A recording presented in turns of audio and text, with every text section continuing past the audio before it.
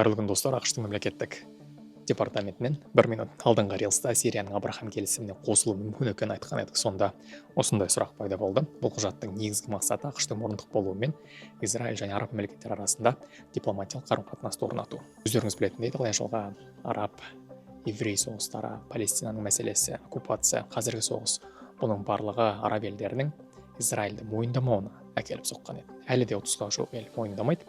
Дональд Трамп бұны өзгерткісі келіп, христиан, иудей, ислам діндеріне ортақ тұлға Ибрахим пайғамбардың атымен бір келісімді жүзеге асырғысы келіп отыр. Әзірге бұл құжатта Біріккен Араб Әмірліктері, Бахрейн мен Марокконың ғана қолы бар. Енді оның қатарына Сирияның да қосылуы әбден мүмкін. Бәлкім сол үшін де Вашингтон Дамаскіден санкцияларын алып, оның дамуына жол ашқысы келетін шығар. Қайта аяққа тұрып келе жатқан Сирия, Израильмен тағы бір мәселені шешу керек. Ол Тель-Авив басып алған Голан жоталары. Сирия өз территориясын Израильге беріп, оны тең құқылы ел деп мойындай ма, санкциясыз даму жолына түсе ме, жоқ па? Ол енді алдағы үлкен саяси драманың сценарийі болғалы тұр.